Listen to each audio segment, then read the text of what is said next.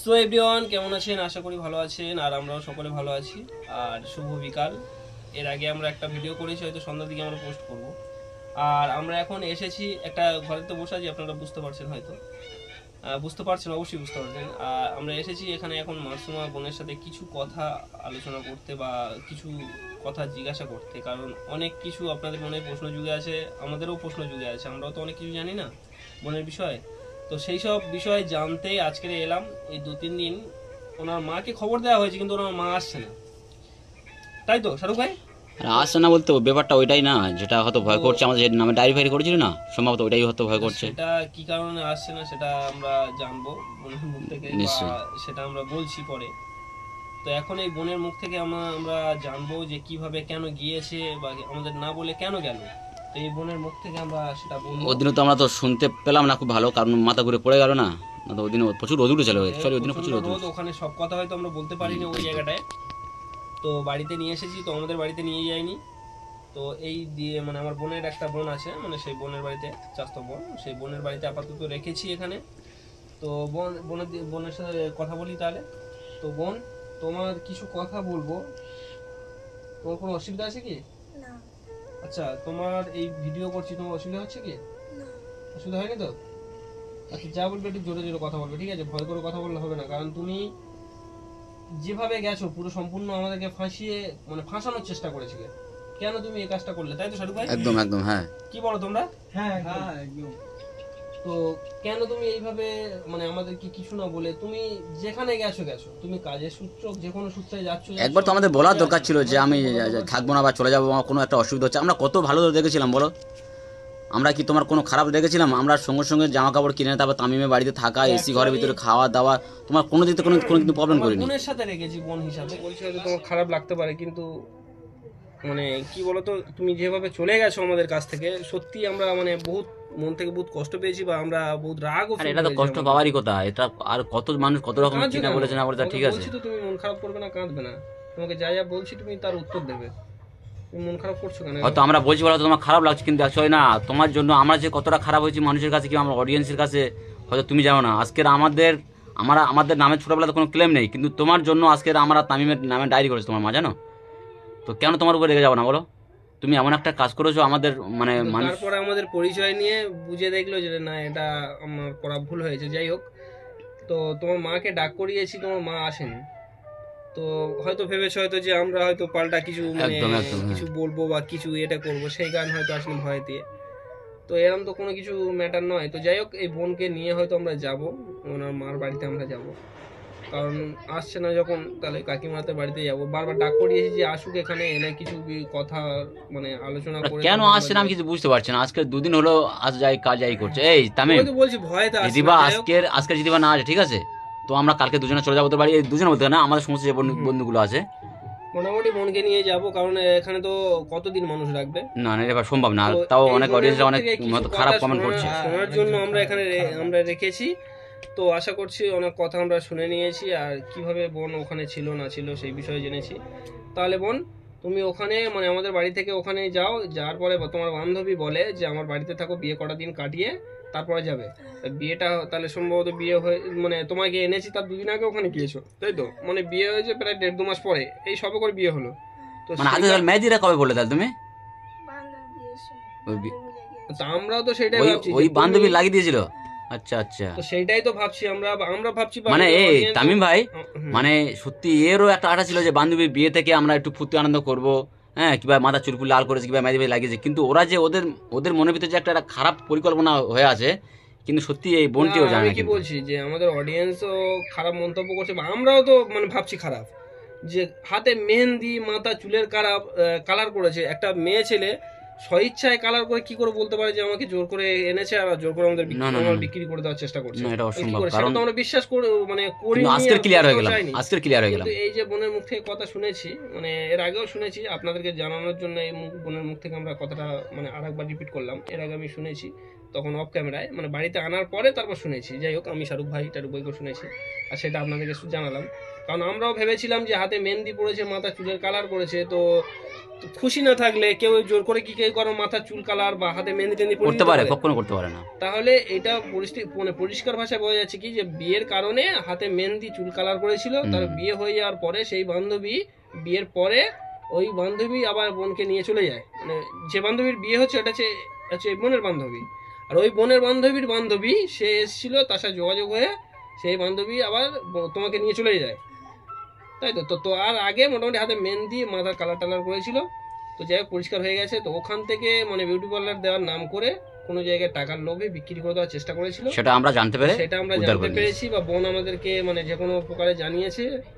যাই হোক চলে এসছে, বোনকে নিয়ে আসতে পেরেছি আপনাদের মানে সাপোর্টে। আর যাই হোক ওর মানে ওনার মার সাপোর্টে আমরা নিয়ে চলে আসতে পেরেছি।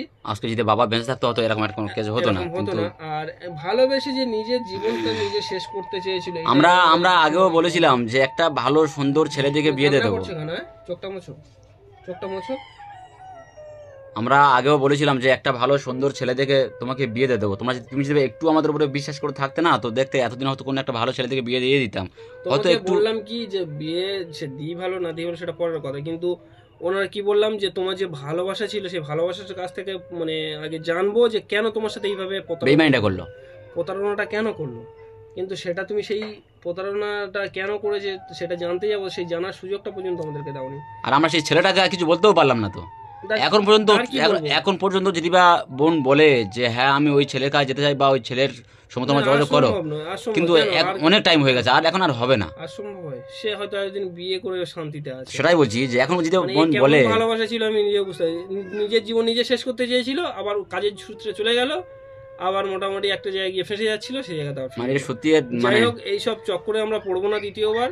তো আপনাদেরকে মানে জানানোর জন্য জাস্ট শুধু এটাই করলাম। আপনারা অনেক অনেক খারাপ মন্তব্য আমাদের প্রতি নিয়েছিলেন, সেটা আপনাদেরকে ক্লিয়ার করে দিলাম, পরিষ্কার একদম ক্লিয়ার করে দিলাম।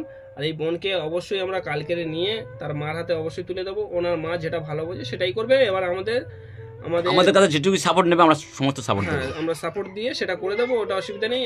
আমরা কারোর থেকে হিংসা করিনি, কারোর থেকে এ করি না। আমাদের পিছনে কেউ হয়তো খারাপ বলতে পারে, কিন্তু আমরা প্রত্যেকটা মানুষের ভালো চোখে দেখি। একদম একদম। তো এই বোন হয়তো আমাদের প্রতি খারাপ ভেবেছিল, তা ভাবলেও আমরা কিন্তু খারাপ ভাবছি না।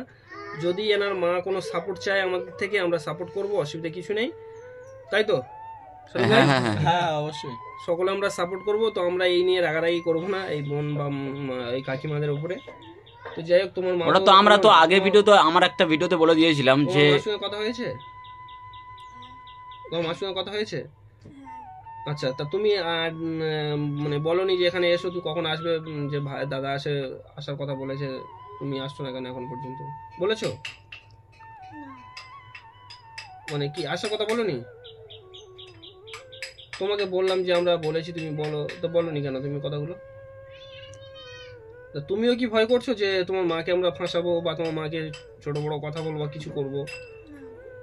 আরে নির্ভয়ে বলো, কোনো অসুবিধা। তুমি আজকে এক কাজ করো, তুমি আজকে এনাদের ফোন থেকে তোমার মায়ের কাছে ফোন করো, করে তোমার মাকে ডেকে নাও। করার দরকার নাই, এই মানে এই তো কথাবার্তা হয়ে যাচ্ছে। আর না কালকে চলে যাচ্ছে। যার মেয়ে তার হাতে তুলে দেবো, হ্যাঁ উনি যেটা ভালো বোঝে সেটা করবে, কারণ এসব নিয়ে ঝামেলায় পড়ে দরকার নেই একদম। তো আমরা এটা আমাদের মানে যে ফ্রেন্ড আছে, মানে আমাদের সাপোর্ট আছে যে প্রশাসনটা, তো ওনাকে জানিয়ে আমরা ওনার মার হাতে তুলে দেবো। এবার ওখান থেকে যেটা করবে সেটা করবে, অসুবিধা কিছু নেই, ঠিক আছে? তো যাই হোক বোন, এখানে বলবে কি এখানে যে আসো তুমি, তোমার কোনো অসুবিধা হচ্ছে না তাহলে? তো আজকে 2-3 দিন হয়ে গেল ধরো, হ্যাঁ হয়তো আমরা একটু ব্যস্ততার মধ্যে ছিলাম, অন্য একটা ব্যস্ত, আমার বাড়িতে একটা কোনো একটা কাজ ছিল, সেই ব্যস্ততার কারণে হয়তো তোমার কাছে খুব একটা আসতে পারিনি, বা কালকে তামিম এসেছিল আমি আসতে পারিনি। আর সেই ছেলের সঙ্গে কোনো যোগাযোগ হয়েছে কি তোমার? হ্যাঁ আচ্ছা আচ্ছা, তো ঠিক আছে তাহলে পুরোপুরি মন থেকে মুছে দাও, আগেকার ছেলেটার পুরোপুরি মন থেকে মুছে দাও। আমি কি বলি শোনো, আমি তোমার হ্যাঁ, তো আমি এটাই চাই যে তোমার একটা খুব ভালো জায়গায় একটা বিয়ে থাওয়া হয়ে যাক, বা তুমি ভালো থাকো, এটুকুই আমরা কামনা করব বা আশা করব, যে অন্তত আমরা দূর থেকে শুনবো যে না, সেই মাসুমা বোনটি অন্তত অন্য জায়গায় বিয়ে থাওয়া হয়ে সে খুব ভালো আছে। তো বিয়ে দিতে গিয়ে যদি বা বিয়ে দিতে গিয়ে যতটা সাপোর্ট লাগে, নিশ্চয়ই আমরা টোটালি সাপোর্ট দেবো, অসুবিধা কিছু নেই। তা মোটামুটি তুমি তোমার মার হাতে এই বিষয়টা কালকে ওনার মার কাছে দিয়ে দেবো, দরকার ওনার মা আমাদের কি বলে বলুক, ঠিক আছে?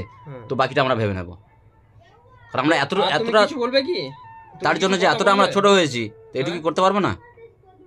দেখো তোমার বোন ভেবেছি বলে বলছি বলে 2-4টে সাজেশন দিচ্ছি, তুমি যেটা ভালো মনে করবে সেটা করবে, ঠিক আছে? তোমারও বুঝজ্ঞান হয়েছে, 16 বছর বয়স, আবার তুমি বাচ্চা নয়, ঠিক আছে? যে তুমি কাজের সূত্রে তোমার এমন কোনো বয়স হয়নি তুমি মানে হঠাৎ কোথা থেকে কোথায় পৌঁছাবে, যেমন একটা জায়গা থেকে আরেকটা জায়গায় মানে নোংরা কাজে পৌঁছে যাচ্ছিলে, যাক উপরওয়ালার অনেক কৃপায় তুমি ফিরে এসেছো। তো যদি চলে যেতে সারা জীবনের মতন তুমি কিন্তু একটা মানে খারাপ মহিলা বলে নির্বাচন হতে। তো যাই হোক, সেই জায়গা থেকে তুমি ফিরে এলে, আশা করছি তুমি এরকম বন্ধু বান্ধবের আরে যেখানে আমাদের মতন দাদা পেয়ে গেছো, আমার তো মনে হয় অন্য কোনো মেয়ে হলে তো জীবনে সে আমাদের হাত ছাড়তো না। হয়তো বুঝতে পারেনি, যাই হোক আমরা কে হয়তো এখন কম বেশি বুঝতে পেরেছো তো, আমরা কে এবারে বুঝতে পেরেছো, হয়তো আগে কিছু বুঝতে পারোনি, এখন তো বুঝতে পেরেছো আমরা কে বা কি করতে পারি। তো যাই হোক, মোটামুটি তোমাকে এইটাই সাজেশন দেবো, তুমি খারাপ কোনো স্টেপ নেবে না, বাড়িতে থাকো, লেখাপড়া করছো লেখাপড়া হয় করবে, আর না হলে বাড়িতে মার কাছে থাকো। দেখো দিন পার হবে, উপরওয়ালা যেমনভাবে পার করবে সেভাবে পার হবে, কারোর জন্য দিন থেমে থাকে না, ঠিক আছে? তোমার দিন তোমার ঠিক পার হয়ে যাবে, তোমার বিয়ে শাদী সেটা উপরওয়ালা ঠিক ভেবে রেখেছে, কবে হবে না হবে সেটা নিয়ে তোমাকে ভাবতে হবে না। পড়াশোনা করবে, এখন আমরা আমাদের খরচা দিয়ে পড়াশোনা করাবো, তারপর তোমার বাড়িতে থাকতে হবে, বলো? হ্যাঁ করবে পড়াশোনা বা কোনো ভালো, আচ্ছা এসব কথাবার্তা সেই কাকিমার সঙ্গে হবে, ঠিক আছে? তুমি আর কিছু বলবে কি? আচ্ছা ঠিক আছে। তো সব বন্ধুরা ভালো থাকবেন, সুস্থ থাকবেন। তো এই বোনকে নিয়ে হয়তো ওই কাকিমাদের বাড়িতে যাব, আবার হয়তো কিছু কথা আপনাদের সামনে তুলে ধরবো, পেস্ট করব। তো আপনারা অবশ্যই দেখবেন, কমেন্টের মাধ্যমে জানাবেন, যেটা ভুল ত্রুটি হবে আমাদেরকে কমেন্টের মাধ্যমে জানাবেন। তো আশা করছি সকলে ভালো থাকবেন। আমরা হয়তো কালকের গিয়ে ওনার মায়ের হাতে তুলে দেবো, মা কি কথা বলে না বলে শুনবো, তারপরে ওনার মা কি মানে বললো আমাদের সঙ্গে সেই আপডেটটা আপনাদের নিশ্চয়ই তুলে দেবো।